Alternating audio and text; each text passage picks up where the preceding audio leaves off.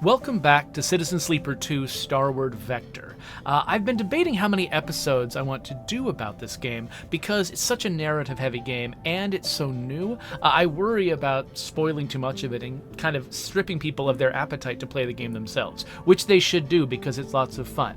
In fact, if you haven't played the original Citizen Sleeper, go play that first. I've been playing that on the side, kind of trying to remind myself of the original story, which I only played through one time.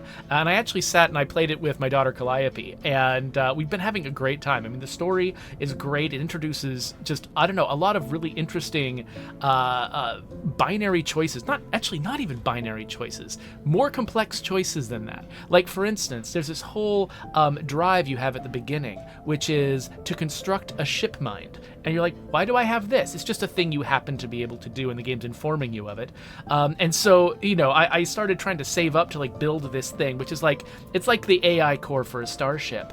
And then I keep finding different people who want a ship mind for different reasons, and I genuinely have a lot of trouble deciding how to use the thing.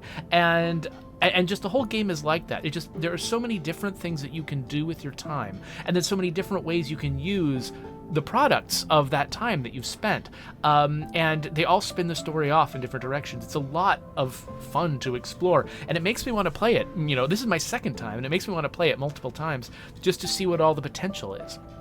So anyway, I've been getting back into this franchise hardcore, as you can see. But yeah, I don't want to record so many videos about this that I take away people's desire to play the game themselves. However, this game is doing something which I think is smart, which is it's introducing its mechanics very slowly and steadily over time. And right at the end of the second episode, when I thought I was probably going to be done, it introduced some new stuff that I want to spend some time exploring here on my channel. Specifically, glitch. Up to the upper right of the dice, you can see I've got 1 point of glitch, which is, I guess it's something that's going wrong with my body that makes my dice suck. Those two glitch dice, apparently, if I use them, they're worse than a 1. Typically, if you have like a 5 or a 6, you're guaranteed a positive or at worst neutral outcome. If you use a 3 or a 4 on something, you have a small chance of a negative outcome, and if you use a 1 or a 2 on something, you've got a pretty good chance of a negative outcome. It's like a 50-50 chance of a negative outcome. These glitch dice give you an 80% chance of a negative outcome. And actually, at one point when my Xbox went to sleep and it was advertising achievements to me, it was pointing out that I could get an achievement for using a glitched die and getting a positive outcome. And that would probably be a pretty rare achievement because it sounds like it's only a 1 in 5 chance. And my inclination would be to not use the glitch dice at all. And actually playing Citizen Sleeper 1 is kind of reminding me of how that game worked. That game, instead of stress across the top of the dice, and instead of glitch, it had the condition of my body, which would respond not only to like events in the story that hurt me, but also it was steadily declining because I hadn't found a solution to my need for like injections of stabilizer from the SNR Corporation, which is basically what they use to keep me in line. And every time the condition reduced down to a certain degree, it would cost me one of my dice the next day. And so if you let your condition get too far down, you just wouldn't even have any dice to spend on anything, and you could spiral into failure. This seems like it's the replacement for that basically, like my condition worsening gives me an unpredictable chance of dice that I don't want to use. But it's interesting, dice that I don't want to use but could potentially use, that feels like a different situation from dice I simply don't have. And it's a more interesting situation because rather than giving me empty dice slots, they're giving me dice and saying, oh yeah, you've got dice. Use them at your own peril. So anyway, in the story, we have just arrived at this new map, and I've actually forgotten the name of this place. It is, the Spindle, is that what it's called? I think it's called the Spindle. So this is a new space station. We started on Darkside. We moved on to the thing that was growing on the back of the giant solar array. Can you tell that I've been playing Citizen Sleeper 1 in between for like hours and have forgotten what was going on? This feels like it's meant to be kind of a larger and more complex station, though right now I don't have access to a lot of things. I'm kind of anticipating that this place, I don't know, might broaden things out a little bit. So let's have a look at it. Let's look at the Pinnacle Docks first. Okay, so I can roam the docks, which is dangerous, but it uses my Endure skill, which is actually my highest skill as an extractor. And then study the manifests. With so much flight friend. So, okay, so if I've got... This is a less dangerous option, but it uses the interface skill, which I am absolute garbage at. So if I want to explore the pinnacle, which will probably unlock opportunities for me, I think I should actually rely on the Endure skill. So I'm not going to do that yet, though. Let's find out what all of our options are. Here's the spindle core. So if I explore the core, that's risky and uses intuition. Probably don't want to do. My engage is less garbage. It's not amazing, but it's less garbage, and I can chat to the crews, but that's also more dangerous. For some reason, I've apparently created a character that on the spindle needs to do all of the more dangerous things. And then down here we've got... Okay, we'll go to Bliss's Bay last, because I have a sense of what that is. The Underhang. I can help the residents of the Underhang as an engineer, or wander the under. So all of these have wander options. And so if you are intuitive, you have these safer options, which are wandering around and just sort of looking at a place and trying to figure out how things work there. But because I'm not an intuitive character, I have to go with the sort of the more nitty-gritty, hands-on options in all of these places. By the way, I should point out that not only do I have glitch dice, I also have damaged dice, which came from me being stressed out. And at some point I might have to repair them, though I'm not sure how. Is that an option that's available at the rig? Or is that just... Yeah, I don't think it is. I think I might be in search of a way to fix those problems. All right, so then Bliss's Bay. Bliss is the character who rescued me and my partner.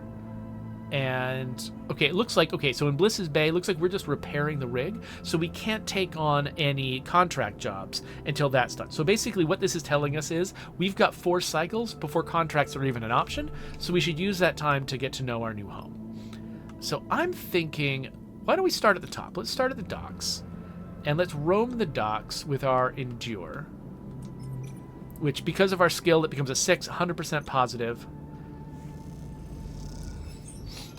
And wow, +3 to Pinnacle Explorer. That's great. Now, if I choose a 3 die, that has a chance of negative, but not a huge chance. I'm willing to risk this. Let's try it again. Also has a chance of positive. 3s and 4s are interesting. Oh no, that was a negative outcome. I lost some energy. But it's only energy. Energy is pretty replaceable. I don't have any supplies, but I think I do have... I don't remember what that icon is. Oh, this is raw scrap. Okay, so that's nothing to do with food. Oh, wait, what's going on here? Oh, far spindle. As you glide through the Pinnacle docks, you hear shouting echoing down a corridor. I don't think I completed the Pinnacle docks clock, so I'm surprised that I'm getting a story event, but let's see what happens. You tentatively change direction, your eyes fixed ahead as the passage widens out into a large bay. Others rush past you, heading towards a commotion.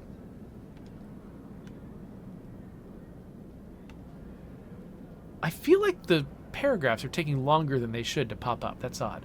Your eyes are drawn by the bay's vast viewing window, which is currently being spattered with glittering shards of ice. In front of it, a dock worker is shouting to anyone who will listen.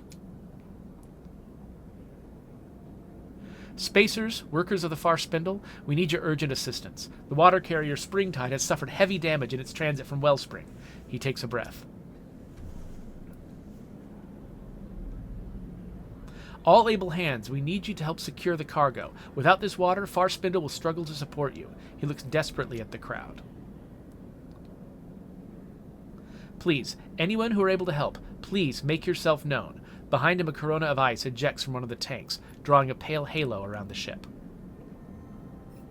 A handful of experienced-looking spacers push through the crowd towards the front, and dock workers start to direct them to nearby bridges. Okay, did this just give me a new drive? No. You watch the scene unfold, hesitant in the face of making someone else's problem your own. Okay, so it looks like there's now a job that I can get involved with. Is this it? Is this... Okay, it looks like this is opened up, but it doesn't seem to have a lot to do with the story I just saw. So maybe it's still at the Pinnacle Docks? Or maybe it's unlocked something... Ah, here's the Springtide over here. Okay, so this does use my endure skill. I only have a little bit of it, but like I only have like one die I'm willing to use on something dangerous. But it looks like I've got 6 cycles to do this, so maybe I don't need to do this today. I'm a little weirded out by that delay that we just had, though, between like paragraphs popping up, and I realized that I think I picked this up on quick resume, and it could be that we've got some kind of like memory issue or something that's causing things to take longer. So I'm going to restart the game real fast. Okay, I restarted. I don't know if that'll make a difference, but I don't know. I've been playing Citizen Sleeper 1 on my Switch, and the paragraphs of storytelling always just pop up instantaneously, so I was worried that I had broken something. Okay, so we've got the Springtide now. I'm really nervous about spending a lot of time working on that with such crappy skills. So, but, and looking at the docks here, yeah, I still haven't finished exploring the docks. So I could try roam the docks one more time just to try to wrap this up. Or the signal station looks like... Is this... Yeah, this is a place where I can maybe make money. I think that maybe, you know, progressing the clock like 2/3 of the way to the end was enough to unlock some stuff. I'm surprised they didn't make me wait until the clock was full. But it looks like both of these jobs require skills that I am just absolute garbage at. So I think this is not really a good opportunity for me. So yeah, let's use our last usable die here to see if we can get Pinnacle Explorer filled up. We did. Okay, so that was a neutral outcome, but we made some progress and we cost ourselves some more energy. And now we've got another new location, Beltborn Venture. So this one uses the engage skill, which I'm okay at. Only vouched for members can gamble on the venture, but bar shifts are easy to come by, mostly because they pay in tips and a little more. Okay, so this is me gambling. I don't think I'm using glitch dice gambling. That just feels like a sucker's game. Now, on the rig, am I able to eat anything? I think I need supplies if I want to eat on the rig, and I don't have any supplies. I don't know how to get supplies. So I'm thinking I'm going to ask people to please get us supplies, because I'm about to start starving. We've got some money, but I don't think any place here has told me that it is a place where I can eat. So, yeah, we might be going hungry tonight, unless something really good happens.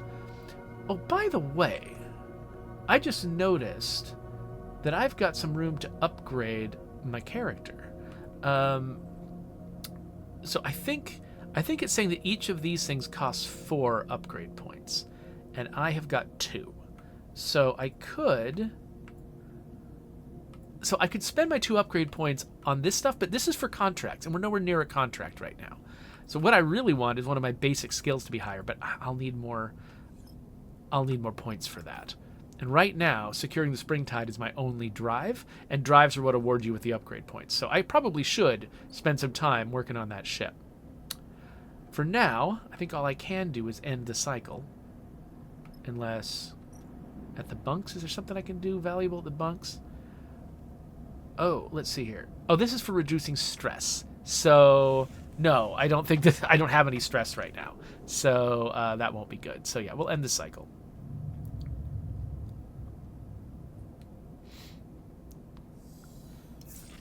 Okay.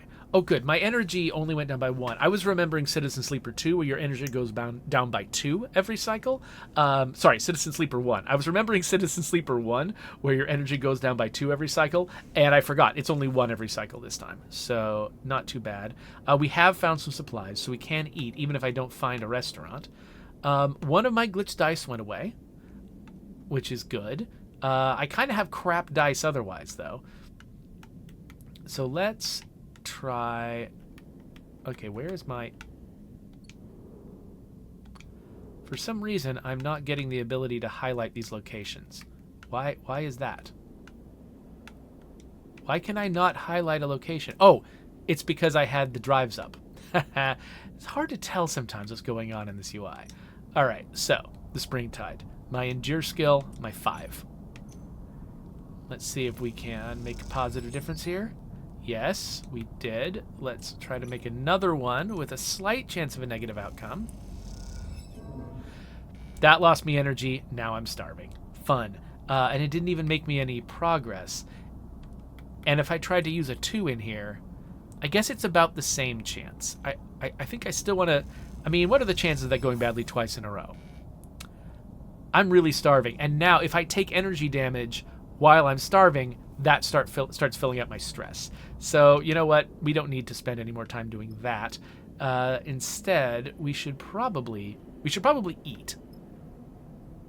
Actually, yeah, I think we should probably use our remaining dice today, resting and eating. So let's go to the galley. Let's use our supplies to feed ourselves. And then let's use that glitched die to try to relax.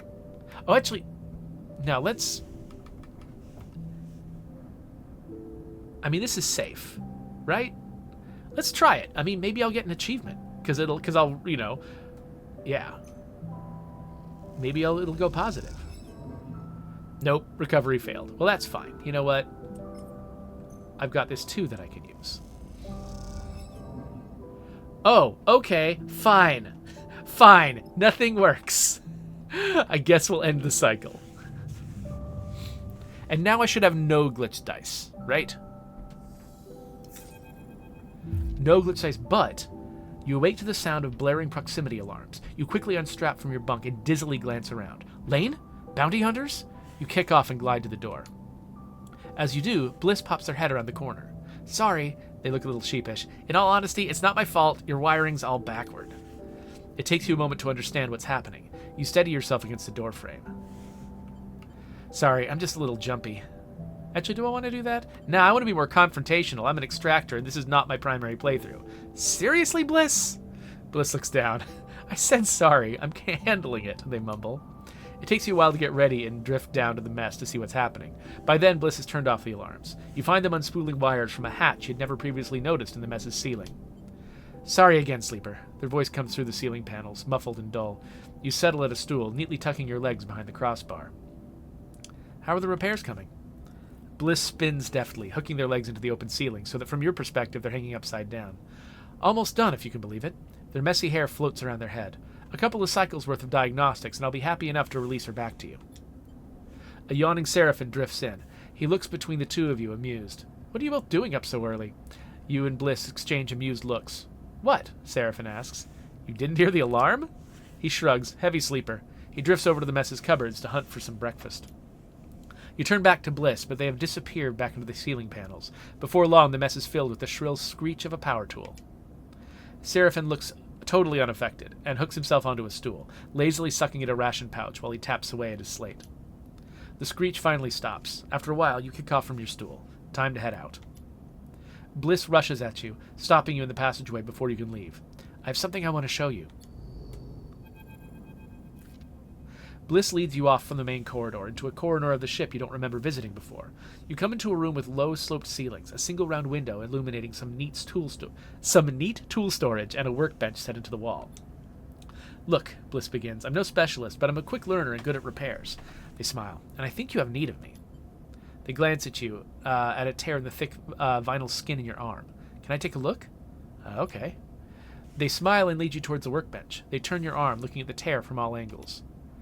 They reach over to the workbench and take a small sealant gun from the rack. You look at the setup. It's basic, but it looks clean and well organized. They gently close the tear with sealant, pressing the edges together so it closes up neatly. After they're done, they release your arm and you can barely see the scar. Bliss admires their work. See? They smile. I know it's more serious than a tear. Bliss folds their arms, but I can handle it. They turn and search around through a set of metal drawers for a moment. Here, they produce a couple of carefully machined, pristine components.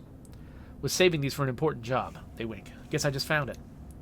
Bliss pushes the components into your hands. Take them. When you're ready, come up here and we'll fix you up. These are a rare find, though. In the future, we might have to make do with something lower quality. They wince. You can find scrap components at most scrapper ships, like that one that's hanging around the underhang. The better the components, the easier they'll be to integrate with your system. Bliss leans on the workbench. I'll do my best to keep you running. Thank you. Don't worry about it, they shrug. You're a guest in my bay. I can't have my guests' bodies collapsing, can I? Plus, I think it benefits me if you think of me as indispensable. Bliss smiles.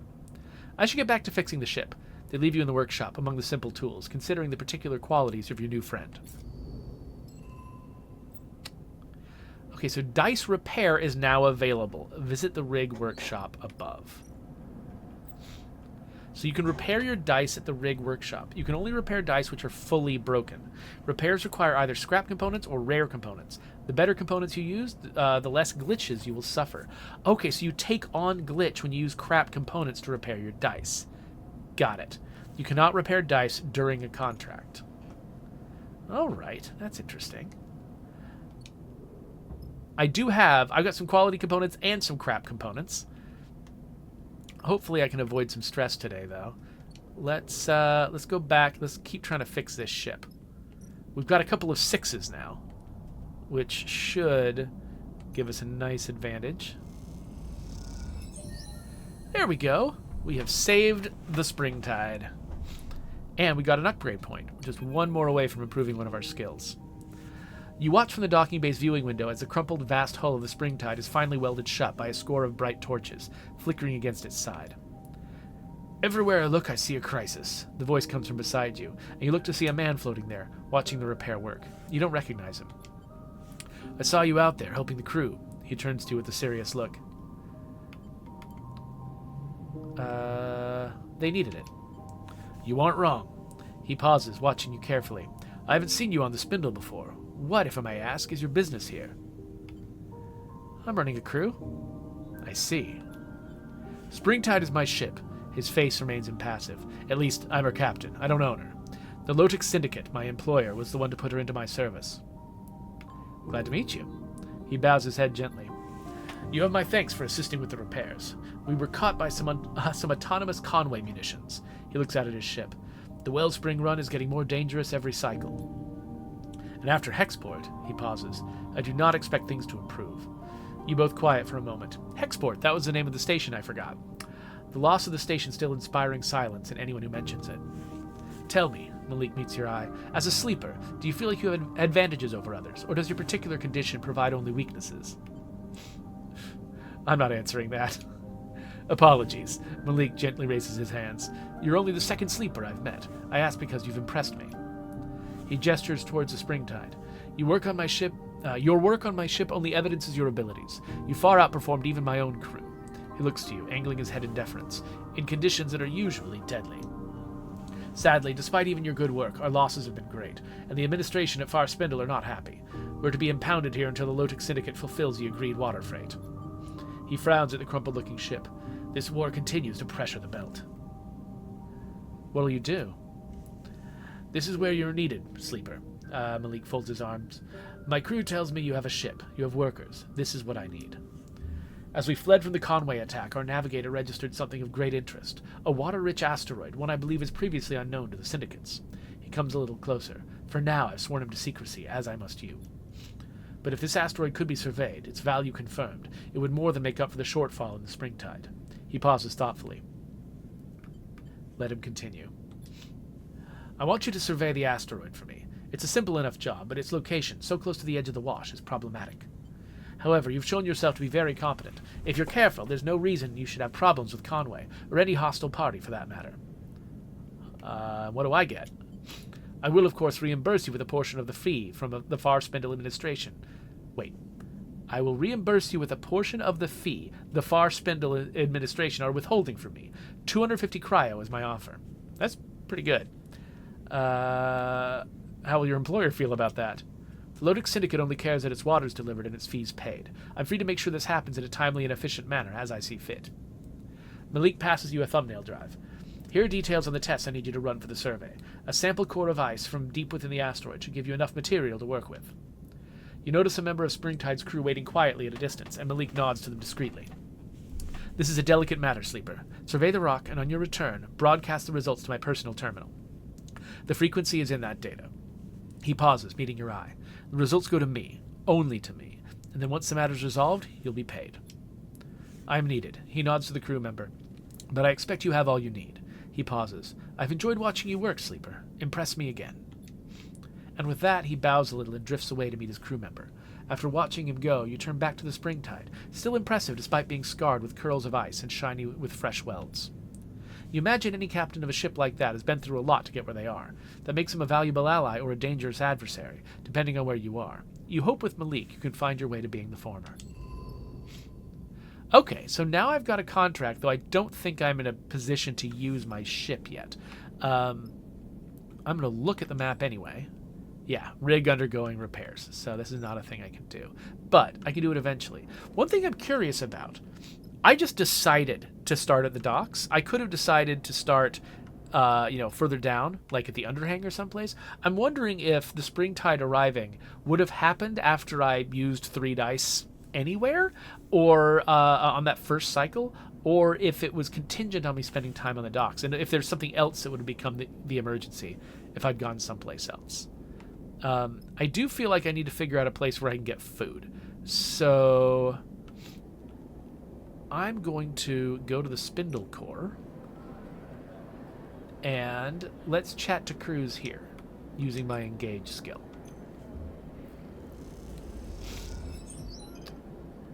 Alright, we made some progress. Let's do that again.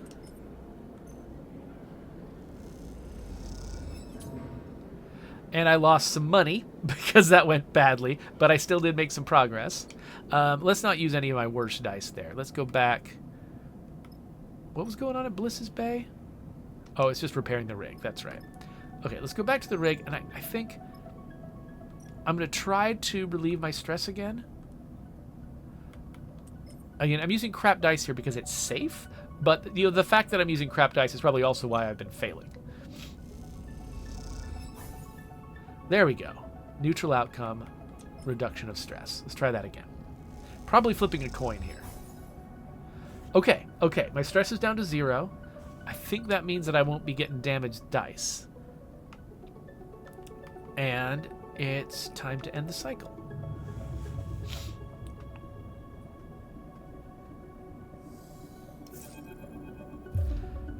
You jerk suddenly awake.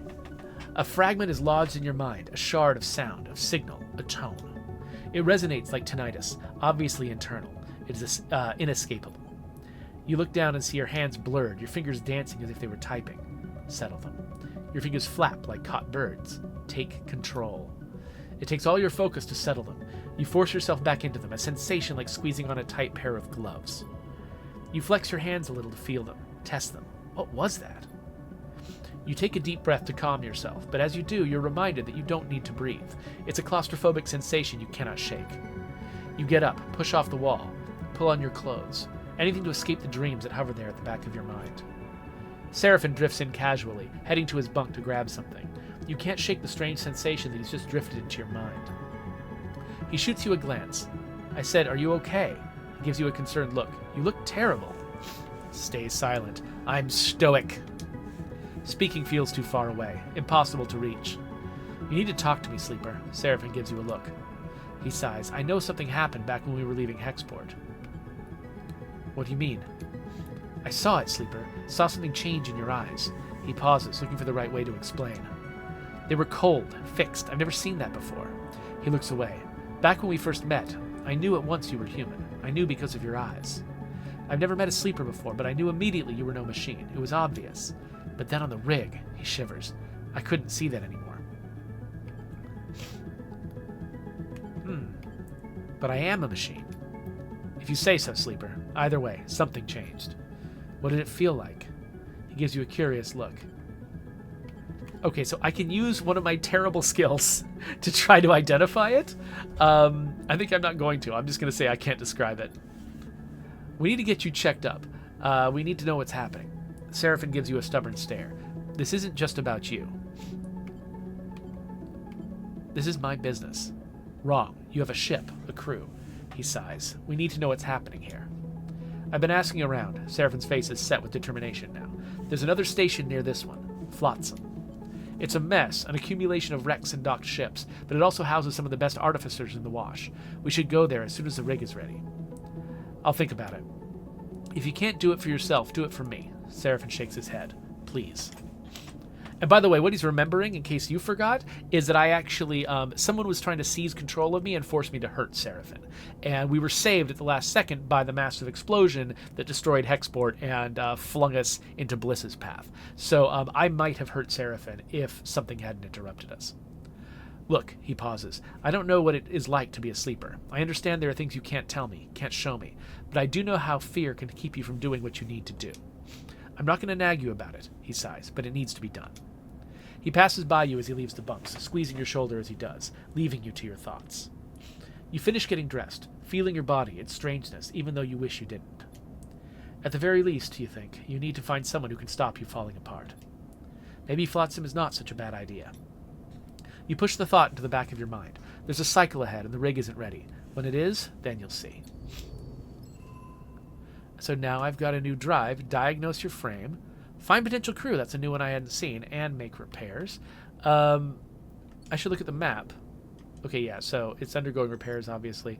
Okay, so I was just trying to see if Flotsam was available at the map, or where, but I'm not really going to be able to explore the map until the ship's fixed. All right, so now I've got decent dice. Oh, and look at this. We've got a kelp bar. I can buy some kelp cakes.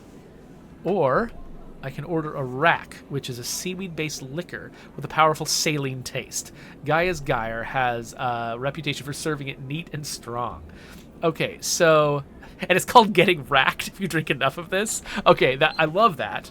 That's great.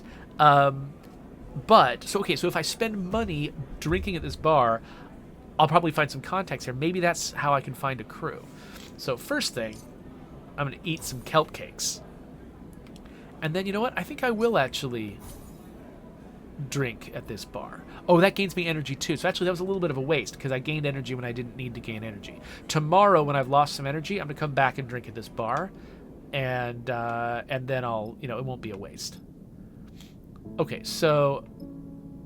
Beltborn Venture, this was the gambling thing, that's right. And the signal station is a place where I can make money using skills I don't have, so that's garbage. But over here at the Spindle Core, I think I can still, I still need to make progress on this. So, chatting to crews, using my decent engage skill, but with a negative outcome still possible. Okay, that went all right, New location discovered. What is this? The Spindle Trade Hall. Okay, so I can buy fuel here. I can buy supplies here. Cool. All right, so we've actually been storing up supplies that Seraphin and Bliss have been picking up for us, so I don't need this right now. Fuel we will need once we've repaired the ship, but that's not yet. So, okay, that's good to know that we've got that. But let's do one more crew chat. Wish me luck. Okay, I lost some energy, but we have finished the Spindle Crew's clock. The Far Spindle lives up to its name, its tall stature making it a real effort to travel from end to end. The local solution to this problem are the transit tunnels, massive tubes bolted onto the outside of the spindle that allow for rapid passage from bottom to top. As you find yourself in one of these cavernous passages, bulky cargo haulers rushing by, you start to wonder if braving them is worth the effort. Back up! The shout rattles down the bare transit corridor like a gunshot and is rapidly followed by a crunching impact. You spin back, pushing yourself against the side of the wide cylindrical passage. As you do, a hauler glides past, sending a rippling wave of air across you in its wake. When the roar subsides, you hear a string of expletives coming from nearby.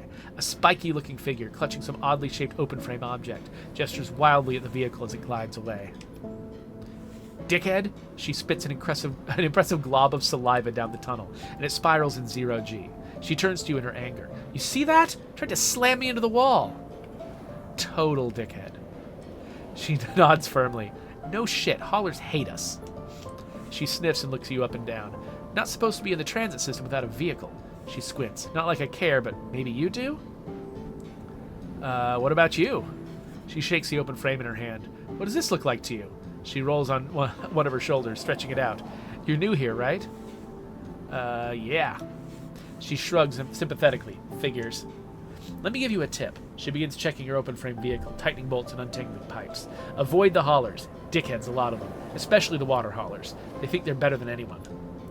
Don't mess with the stevedores. By the way, the fact they're hauling water in vehicles on this station, it feels like it underscores like one of the things that, I don't know, the essential parts of this world, which is that nothing feels purpose built anymore. It feels like, this station was probably built with a lot of systems to handle things like water transportation, but the people who built it and ran it and the systems that kept that going are long gone. So now you've got people hauling water up and down these like transit corridors instead of having a pipe system to distribute it all.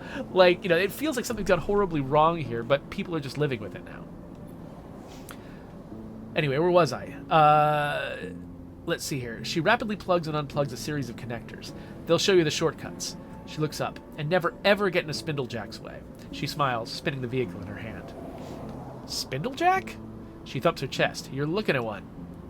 She pauses, considering something. Then suddenly she reaches into one of her many pockets and pulls out a small, transparent rectangle punched with holes. Text glints within it, reading, Cadet, Stripline Express. You take it. Cadet, she flexes proudly. That's me. Stripline's my outfit. Kamal's the dispatcher. Small outfit, and we punch above our weight. Dispatch is here in the Spindle's core, but I run the transit tunnels up and down the Spindle 10 times a cycle. You need anything moving on the Spindle? Data, tech, messages too hot for the hardline? Come find me. You're a courier? Got it in one. She kicks off the wall and mounts her bike, triggering a small burst of compressed air to keep herself steady on the transit passage. You hear a buzz of distorted speech from what you assume is her dispatcher. Cadet angles her head to the communicator and mutters back into it. Gotta hop, sleeper. She looks over at you and something flickers in her eyes. An idea? Or perhaps just a realization? You might be able to help me with something. Package that's been bothering me. She squints down the passage. Come to the office at Stripline in a few cycles and I'll show you. Do I have a choice? She shrugs. Seeing as I saved you from being flattened by a hauler, seems like you owe me a favor. Now you better get out of here before another hauler tries to squish you. You step back as she twists the handlebars and a burst of air sends her flying down the transit corridor at an unsettling speed. You watch her go, slightly caught off guard by her final remarks. What would a courier need you for? You turn the idea over in your head as you find a way out of the transit corridor. Back to the safety of the main concourse. By the way, I'm glad that the character's lampshading that question, because it is so common in like RPG-style video games to like come to a place, you're a stranger, and suddenly everyone has work for you, things that only you can do, and it helps. It helps a lot when the writer puts effort into figuring out, why are you special? Why do people think of jobs when they see you?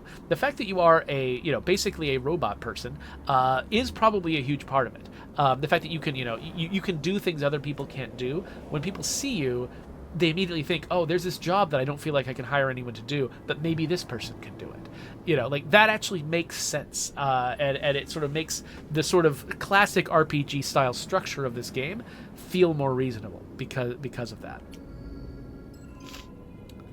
All right, so we've got a new drive available to go and help Cadet, so we'll worry about that later. Oops, I hit the wrong button. So that is at Stripline Express. So we need to wait a couple of cycles before that's available, which is good. I think they're doing that on purpose because they want me to discover all of my options before I just start barreling down one path. Because, if I went here first and the first thing they did was I get these drives for Cadet and then I just start doing nothing but the drives for Cadet, that can kind of derail my chances of discovering something else that I might actually appreciate more. So this gives me a reason to come down to the underhang and start exploring here. Okay, so I should help the residents of the underhang as an engineer to try to unlock whatever's going down in this part of the spindle. Okay, that didn't go great. Let's try again. By the way, so I think as a general rule throughout this series, I've probably made the soundtrack a little loud relative to my voice compared to most of my videos. That's because I love this soundtrack and I really want everyone to hear it. Go check it out on Spotify. Okay, so now I've got a 2. This is a coin flip whether it's a negative outcome. But how negative? I mean, it's risky. So it might not be that bad. I think I'm going to do this. Okay, I lost some energy, but that's actually fine. I wanted some gap in my energy so that I could go drinking. So, oh, speaking of drinking, looks like we've got a place here where I can earn a meal if I'm intuitive. Man, this place really wants you to be intuitive. Like the intuit skill is just all over the place here. And I am, as an extractor who is just garbage at intuition, It makes it very difficult to get along in this place. But, wait, no, it wasn't Beltborn. Where was the place where I can drink? Was it Gaia's Gyre? I think that's where it is. Yeah, okay, so I'm going to order another rack. And you know what? I'm going to order another rack.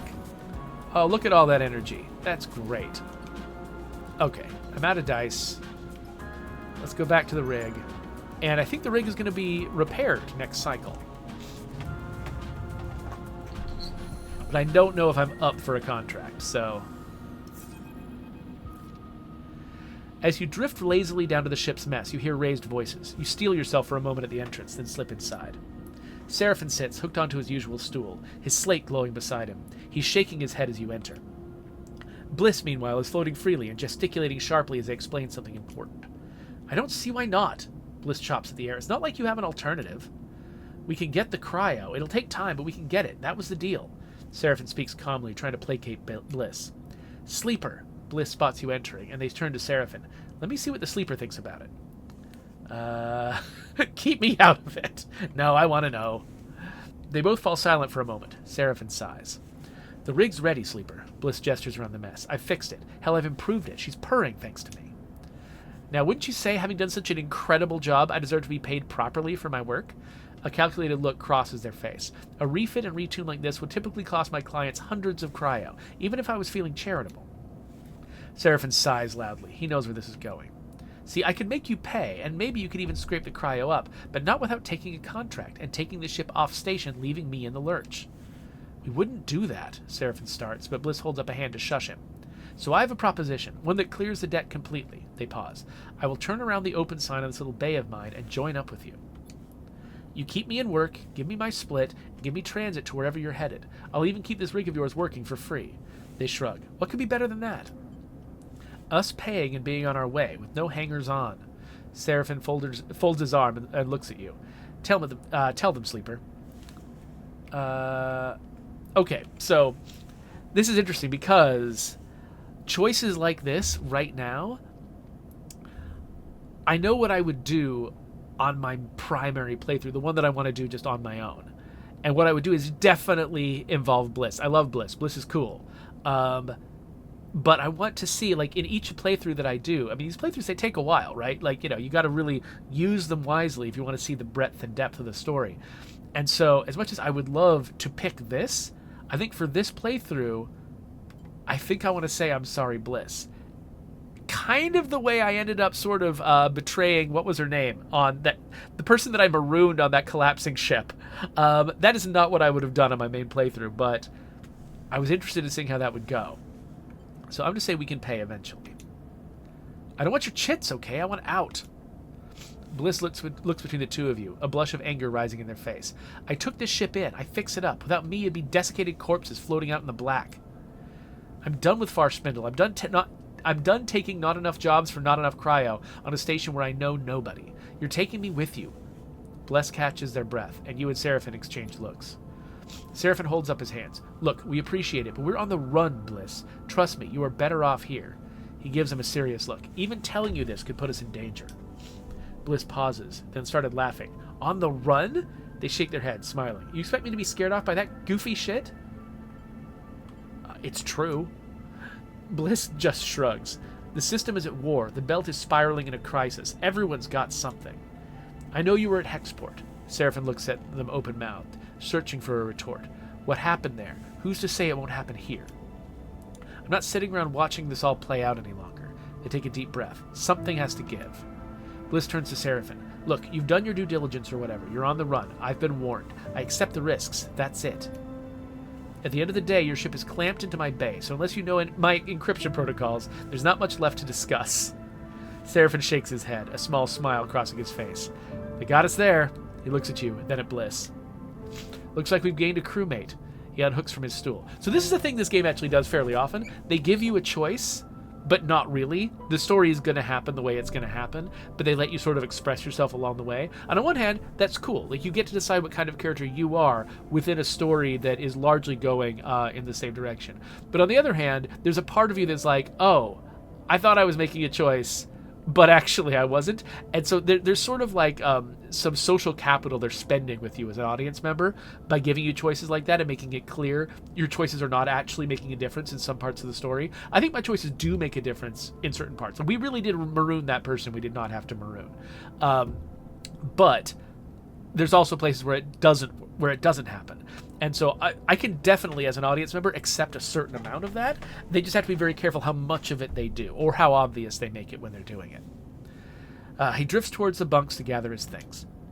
You and Bliss exchange a nervous look. Sleeper? Just don't screw up. Bliss sighs, I don't plan to. You leave Bliss in the galley and head for the cockpit. The rig is ready to fly again, but the question is, where to take her next? Seraphim mentioned Flotsam, a short Starward journey from here, as a busy station where you might find an artificer to help diagnose your glitches and errors. Sunward, meanwhile, is the Helion Gate, an abandoned and uninhabited megastructure left over from the Solheim days. Maybe good for salvage, but not an easy place to survive. And beyond that? Well, as they say, the belt is wide, and at least now you have a functioning ship. Okay, they just said the word Starward. Oh, wait a minute. We'll talk about that in a second. You've unlocked the belt map. Go to the map and press the belt button to travel to other hubs and discover new parts of the Starward belt. This is why I did this episode, because I wanted to see this. Okay, so I push Y for belt. Okay, so there's like tons of places that I could potentially, theoretically go. Okay, so Wellspring is where they get the water, but there's a debris field in the way. But I could go to Flotsam. And I could go to Helion Gate. And then once I have some kind of HasNav system, I can go to other places. So this is where the game opens out. I had been wondering, when they were talking about Flotsam, I was wondering if it was going to be something like this. Like Flotsam is just a place I go for a short term, something structured like a contract to try to fix my body, or try to fix my brain, or whatever it is we're going to be doing at Flotsam. And there's going to be some kind of short term thing like this, but it's not. It's a long term different place that I can visit. So that's what I wanted to see. I wanted to see how open this game becomes. One thing that's really interesting, so we've got this thing, it's called the Belt. And it looks like it's like an asteroid belt with no planets in it. And it's got sort of the sunward direction to the right and the starward direction to the left. That's Starward Vector. I think that's where the title of the game comes from. We've got sunward and starward as sort of the two directions. There's like down and up the belt, like around the belt. And then there's towards the center of the system, and then towards the outer reaches of the system.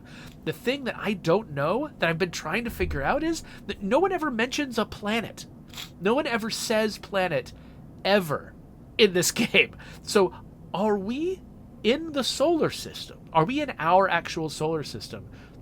Is Earth here? Is Venus here? Is Mars here? Are we in some other system that maybe doesn't have planets or doesn't have habitable planets? Do we live in a version of our system where we don't have habitable planets because we wrecked them all? Like, I genuinely have no idea what to expect from this. It doesn't feel like they've got like hyperdrives or anything. I think this entire game does take place in a single system, but I don't know what system. And it's fascinating to me that these characters, they're not asking that question. They just live here, right? They're not going to answer this for me. They're not going to like say, as you all know, Earth is this direction. Like, they're not going to say that. And so like, it doesn't actually matter.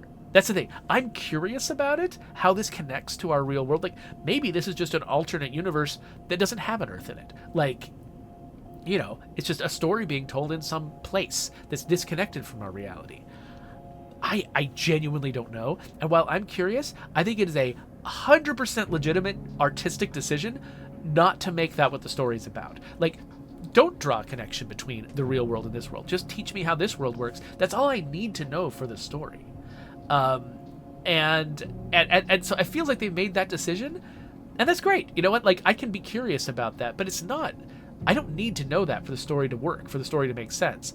And so not telling me keeps my focus on the things that actually do matter. Anyway, we're not going anywhere right now because I do want to fully understand the breadth of possibilities here on this station. So that means spending some more time in the underhang. So I'm going to help the residents some more with my engineering skill.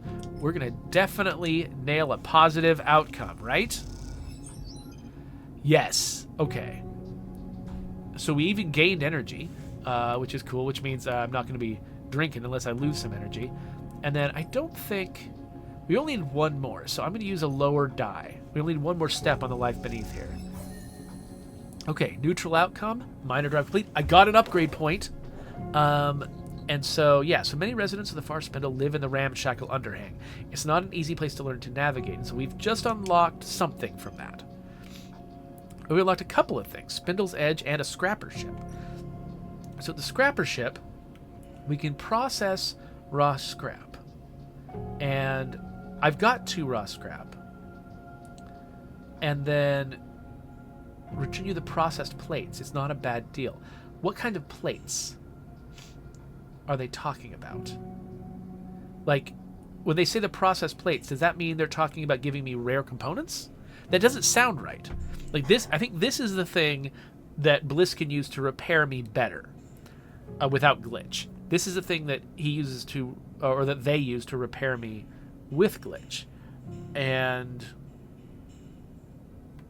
I'm not sure what I'm getting if I process this raw scrap. I can also, as an engineer, do a shift, like doing scrap. Maybe I can even get some of my own. I don't know if I just get paid for this or if I also get scrap from this. I can buy scrap. Okay, so I'm going to try this because I've got 2 scrap. Let's find out what it gives me. Okay, yeah, I did get plates. Cut and wrap scrap plating ready for the exchange. Oh, okay, so there's a place where I can sell that, maybe, for money? I don't know. Here's Spindle's Edge. Sealing shift. Oh, okay. This is the job that I should do. This is the one that aligns with my actual skills.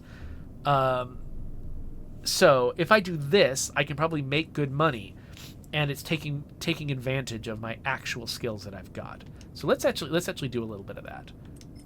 Let's make some cash.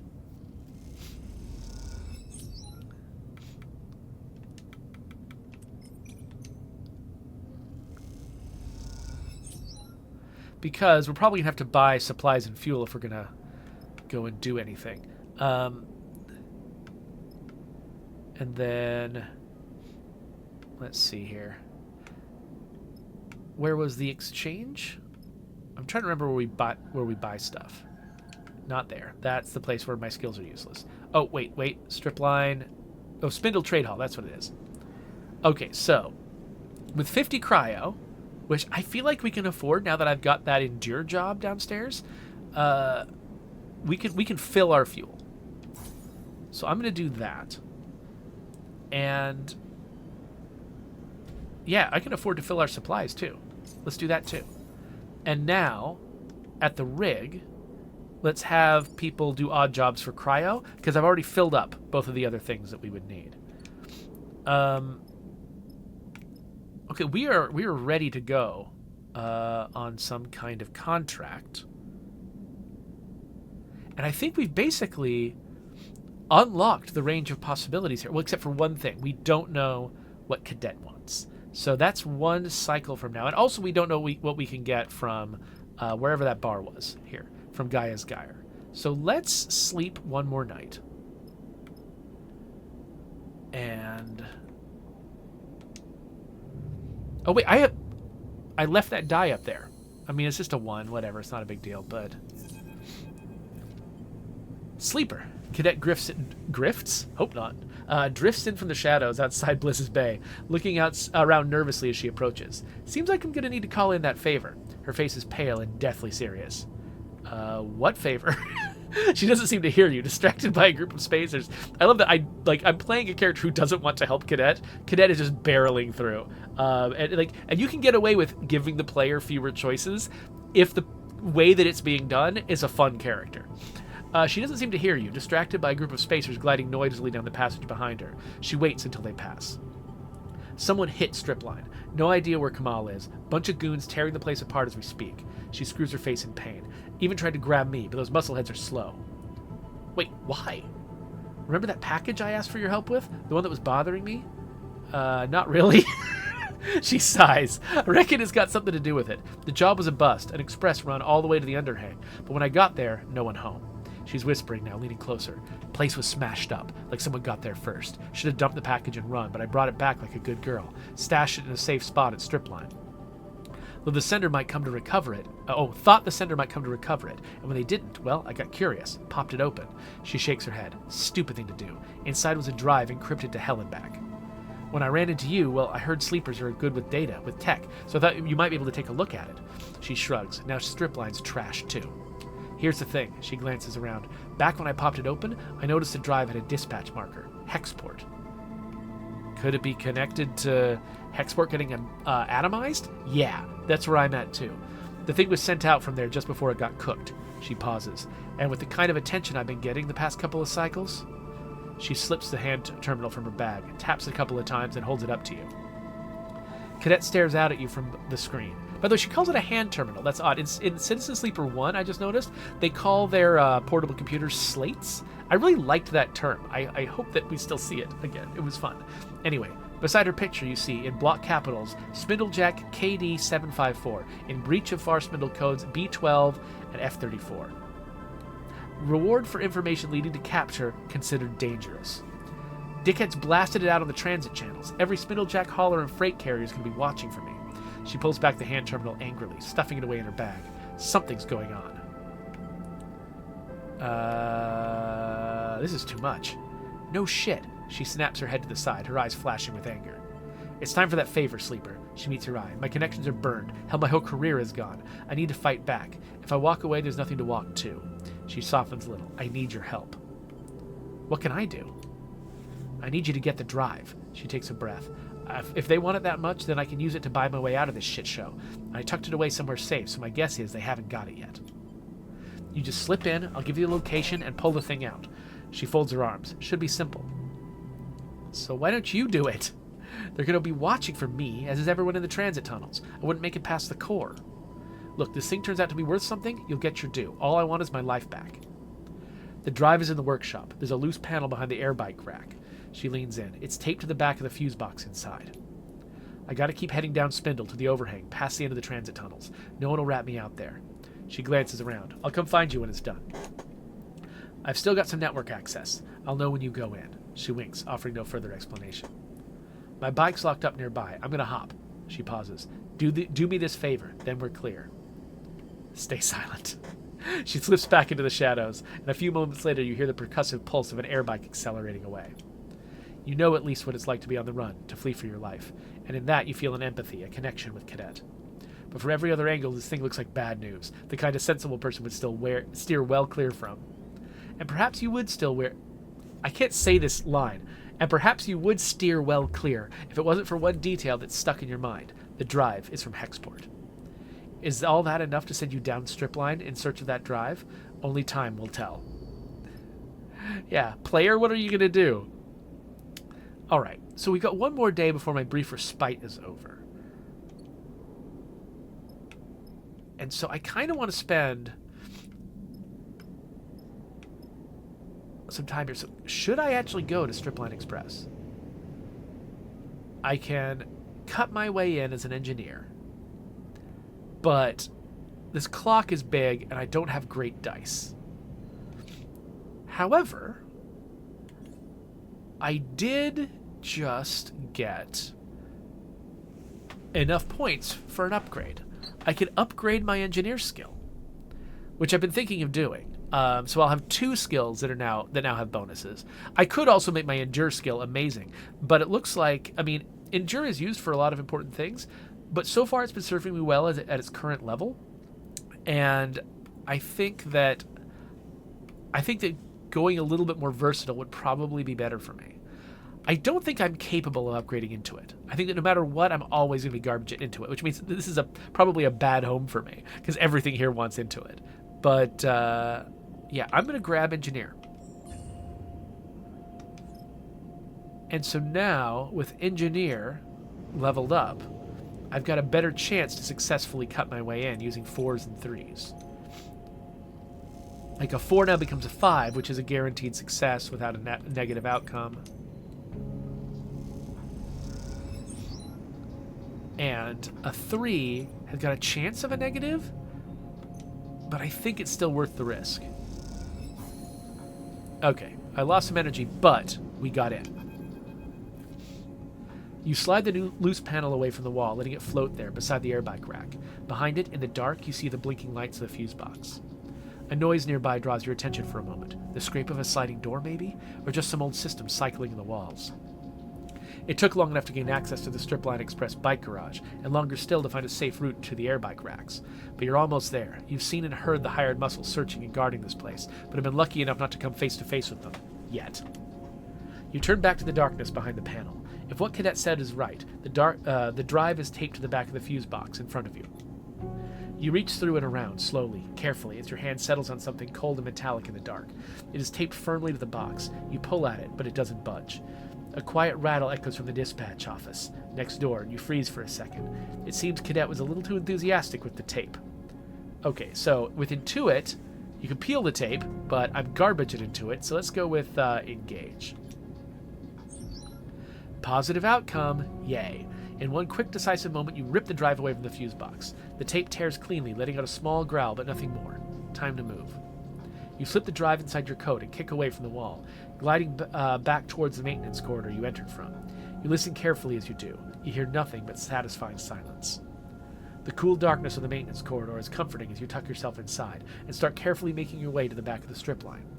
You shift through the maze of passages that brought you here, their doglegs and dead ends now familiar. Eventually, you spot a thin slit of light ahead, making the loose panel you levered open to gain entrance. You take a deep breath. Almost there. As you reach the gap, you freeze. Voices rumble from beyond, and peering through, you see two figures in dark clothes, searching the chaotic bay behind the strip line.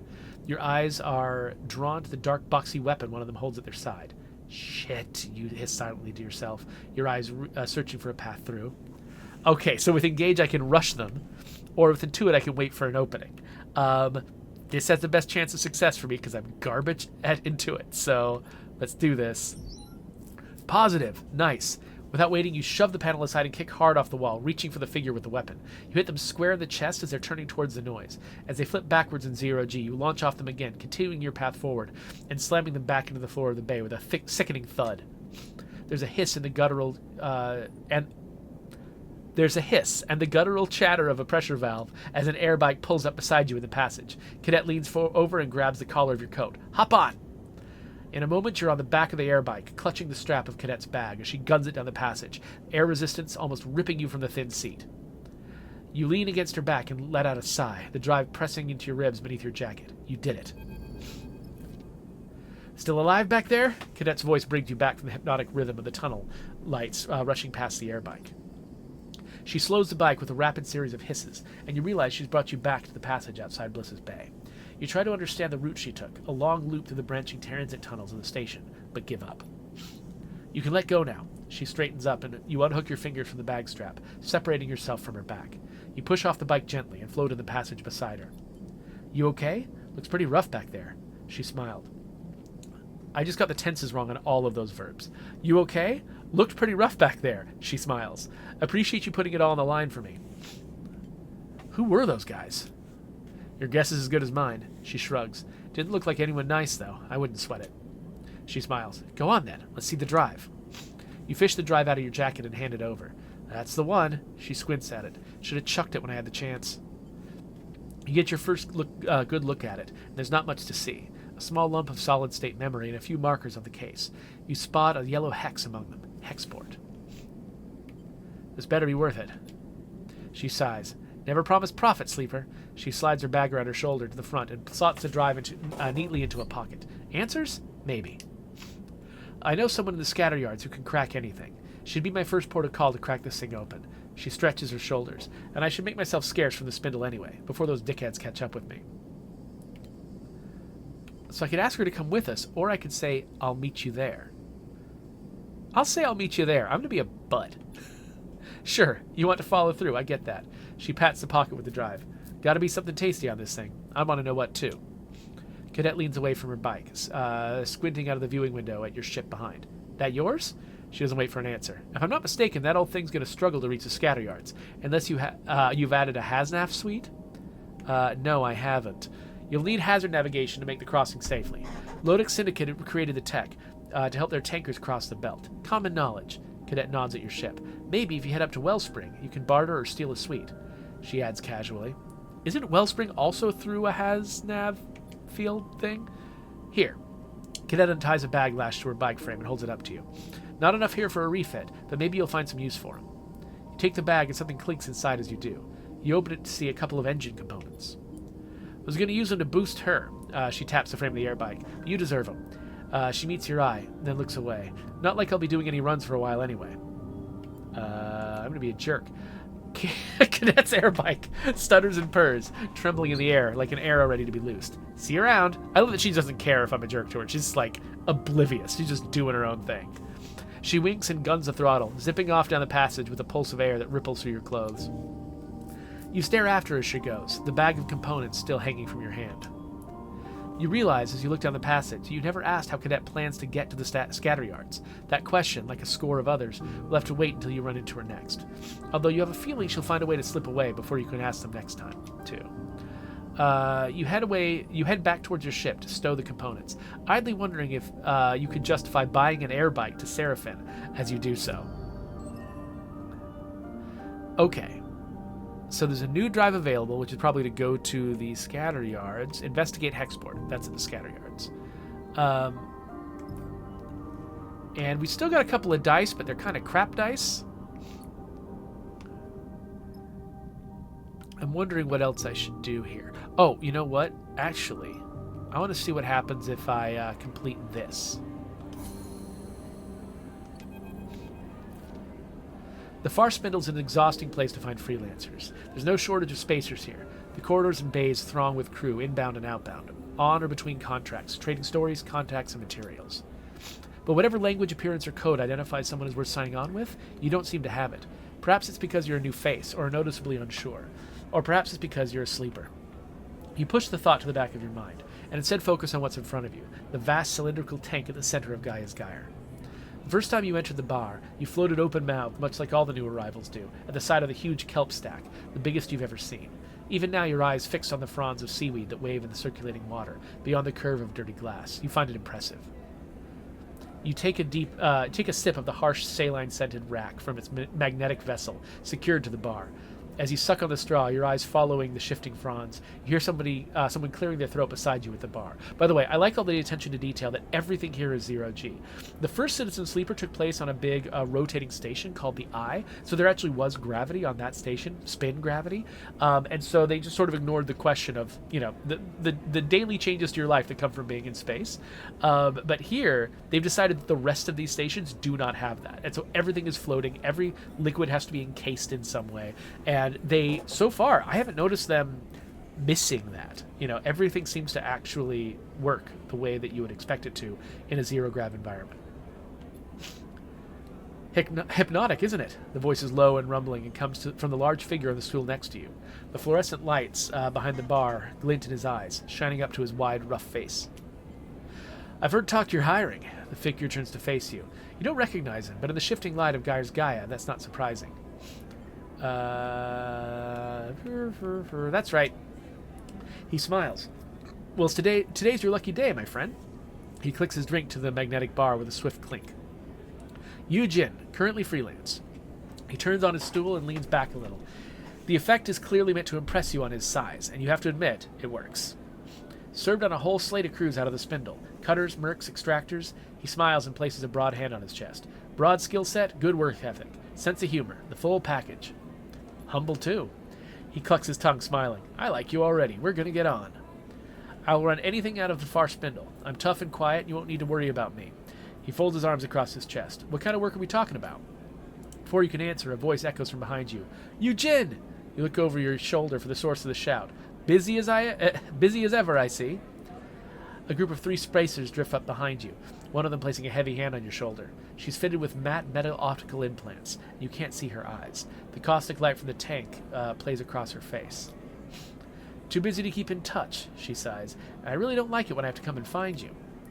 Vesna. Eugene nods politely at her, not betraying any strong reaction. Do I look like I'm socializing? He shakes his head. This is a meeting. Oh, a meeting! Vesna squeezes your shoulder. Is that what this is? Yes, Vesna. We're talking about your delivery, in fact.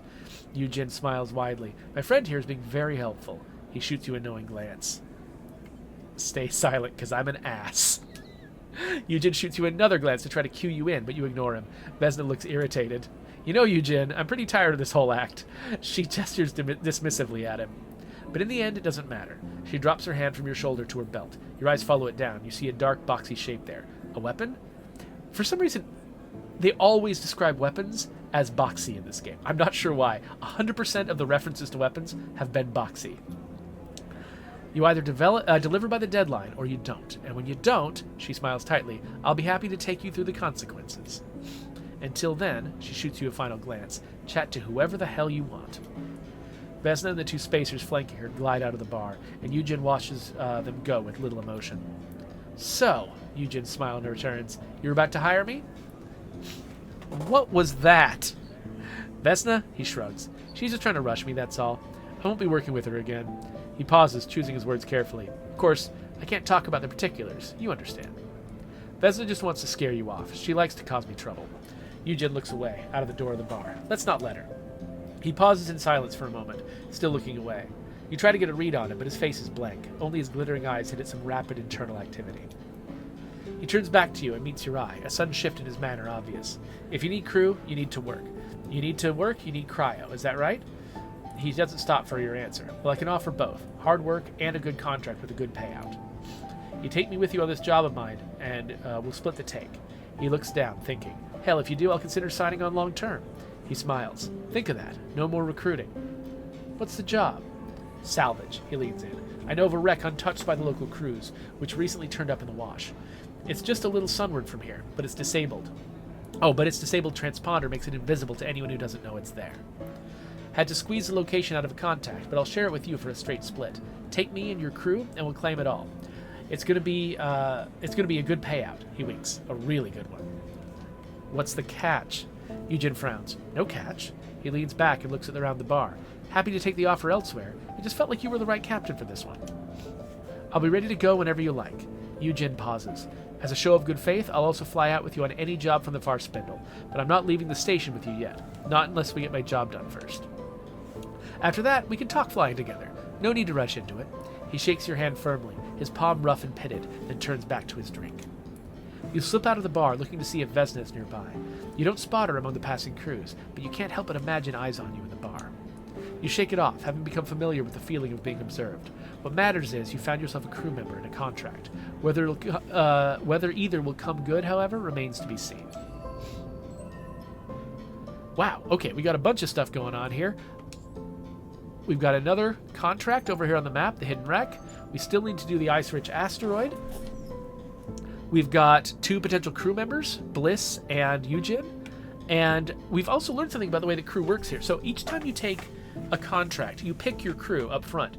And I think that what crew is available to you is based on what station you're at. So as we travel to the other stations in the belt, I imagine we could meet local crew there and keep having to sort of change up who our crew is. Because one thing I can imagine happening in a game like this is you pick a couple of crew up front, and then you like them, and then you don't want to try any other crew. I like the fact they're setting it up so that when you meet a new crew member, they're local. You know, you're using them in whatever local place you happen to be, and then that means you change it up. You try going out with a bunch of different people, and then over time maybe there is an opportunity to like recruit somebody long term and keep them on, but they're trying to like get you a chance to sort of diversify and see everything, which I think is pretty cool. So we could take him on the run to the water asteroid, and then also take him to the hidden wreck. I believe that Bliss is also with us. We could take Bliss to either of those things. And I don't know if Seraphin is optional now. Seraphin was required back in the earlier contracts we took. But maybe we can either leave Seraphin behind, or at least leave Seraphin on this ship. Seraphin's still the pilot. But I imagine maybe if we don't include Seraphin on the crew, Seraphin might just say, oh yeah, well, I'm piloting the ship, but I'm just not coming with you to whatever thing we're investigating. And I can see that working. But I think that we're reaching the point where we might want to wrap up this episode. I mean, it's been over an hour. And what I wanted to investigate, like we got past our glitched dice, we learned about repairing dice, we learned how the game opens up, and wow, does it. I mean, look at all these options. This is... there's so many places we can go. I don't even know what... the Hollow? What's the Hollow? Greenbelt? Now, I can't get through the irradiated zone. I assume that Hexport is the red place. There's the Scatter Yards. There's Helion Gate. Holmes Rock. I'm almost kind of sad that I don't see the eye on here anywhere. I'd love to go back to that place and see how it's changed since Citizen Sleeper 1. But still, this world looks so big, and I'm relieved that they're using this debris to keep me away from some places so that it doesn't open up too fast, because I feel like I would be afflicted with choice paralysis if that happened. So there's so much for me to explore here. I think the last thing I want to do is just see what happens when the clock on the rig wraps up. So I want to spend my last 2 dice on something useful. So the ceiling shift got a chance of a negative outcome, but I'm betting it's one I can survive. Got some cryo. Let's do it again. And got some more cryo. Great. So we're going to go back to the rig and end our cycle and see what happens when this cycle clock fills up. And that's probably what we'll end on.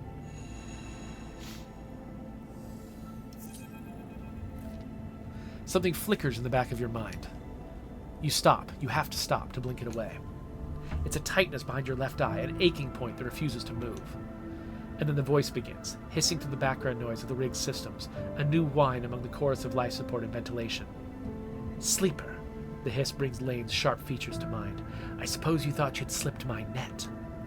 Hexport jumps into your mind, an image of the station immolating in white light, that you were not conscious to witness it.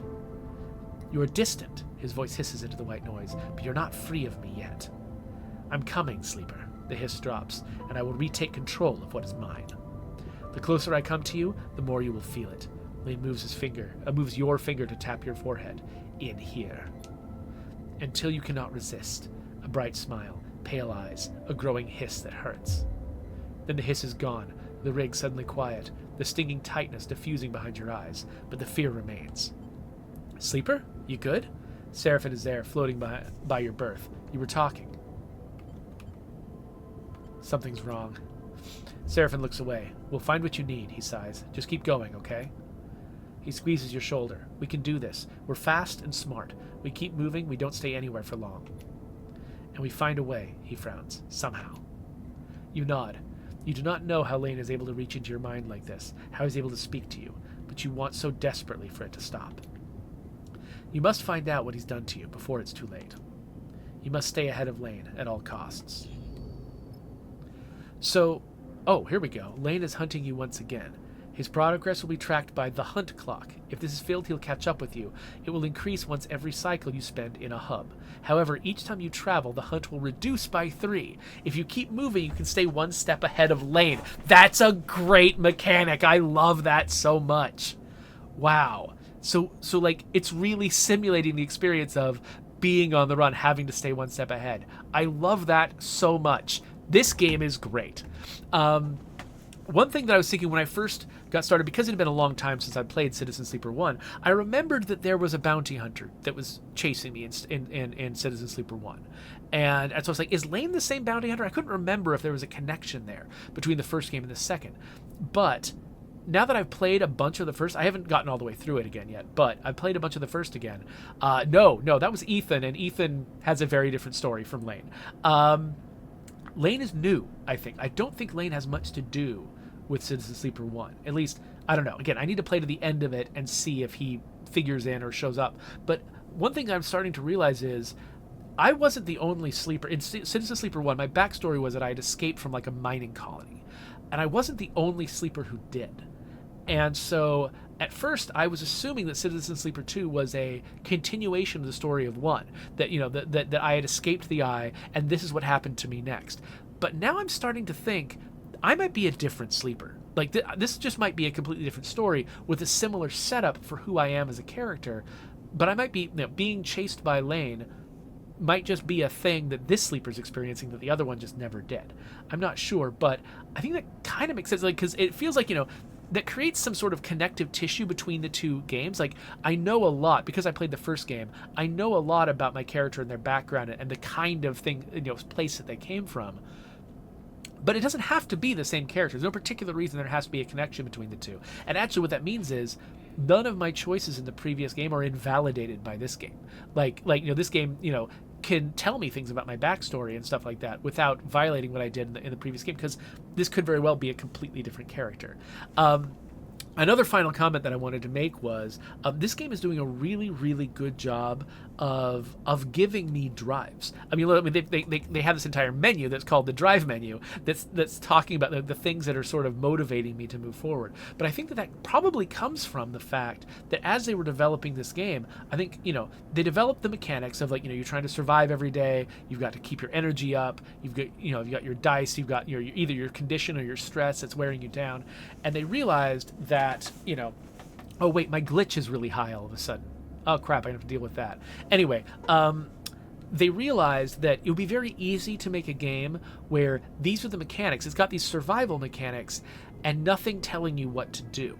And the thing is, there's telling you what to do, like giving you a linear mission that you have to go on, and that's not what they wanted to do here. That's an easy way to tell people what to do, to let them know what they're supposed to do. Is say, well, the next thing you have to do is this, and then the next thing you have to do after that is that.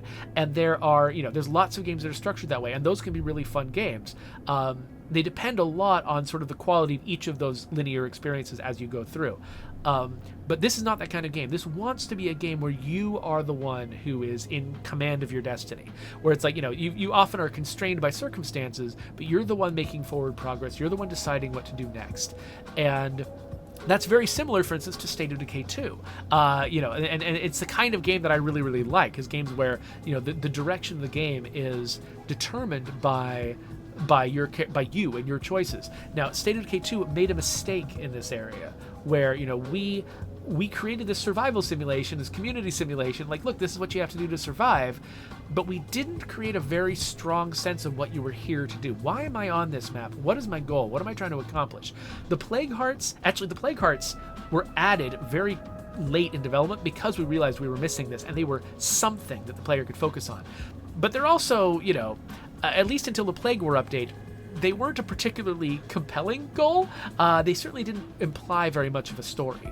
And so with Plague War, they got better. And so we've been edging State of Decay 2 in the direction it needed to go, trying to give you something to focus on that made you feel like, oh, there's a problem out there that's a long-term problem that I need to orient my energies towards solving.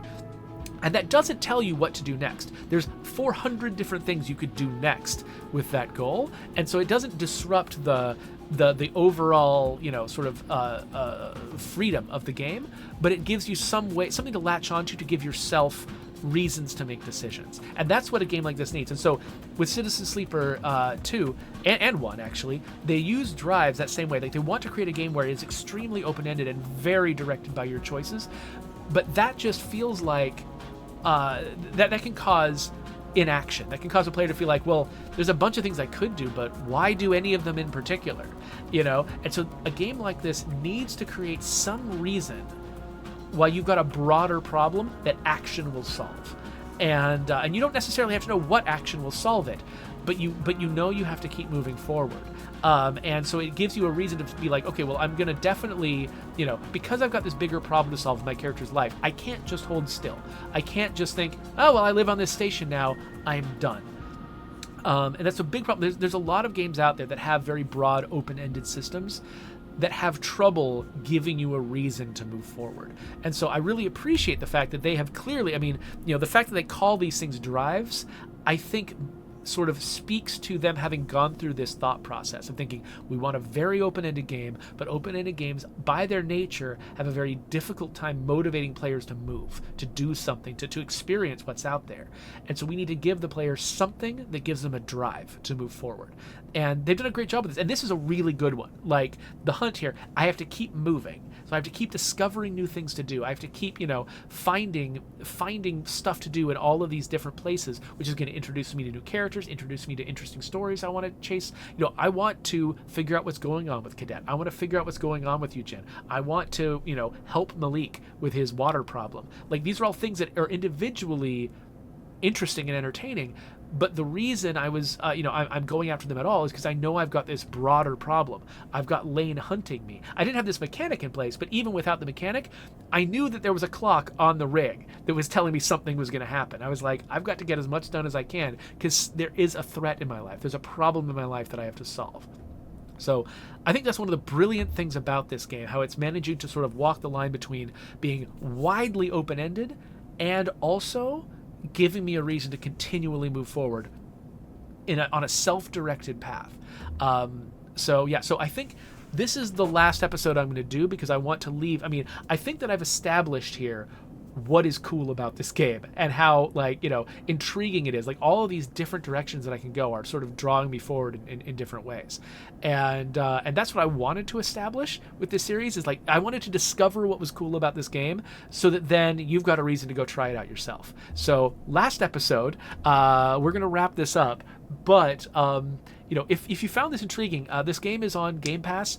I believe it's also available on Switch. It's available on PC. I believe that it's also available on the PlayStation. You probably have a platform that plays this game. So if you've been interested in this, like, go check this out for yourself. Find your own way through the story. See how your story is different from mine, depending on the choices that you make. And we'll leave it there. So there's my subscribe button. I'll put some links to something over here. Probably won't be Citizen Sleeper 2 because I want you to find that stuff for yourself. And I'll see you later.